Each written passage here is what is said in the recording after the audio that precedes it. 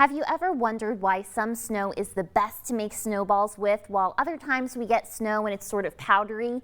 The difference here is because sometimes we classify snow as wet or dry snow. So what really does this entail? Well, essentially it's the amount of liquid content in the snow that makes it a wet snow or a dry snow. Now, wet snows tend to be denser. That's when you can create really great snowballs and snowmen.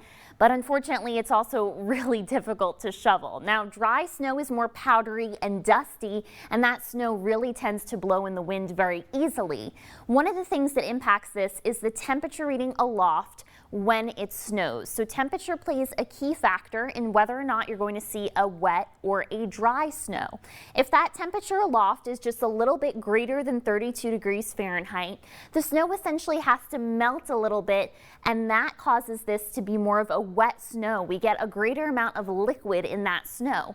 When it's much colder than 32 degrees Fahrenheit, we typically see that drier snow with a lower water content. So let's talk about snow ratios. Now, our typical snow ratio that we often use forecasting is what we call a 10-to-1 snow ratio. So essentially that means if it snows 10 inches, if you were to melt all the water in the snow, you'd get about 1 inch of liquid. Now compare this to a very dry snow.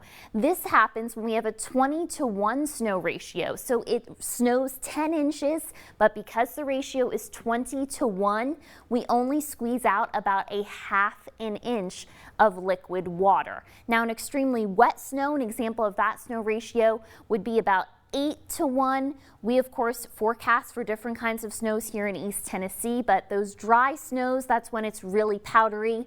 Wet snow is when it's heavier and a little bit more difficult to shovel.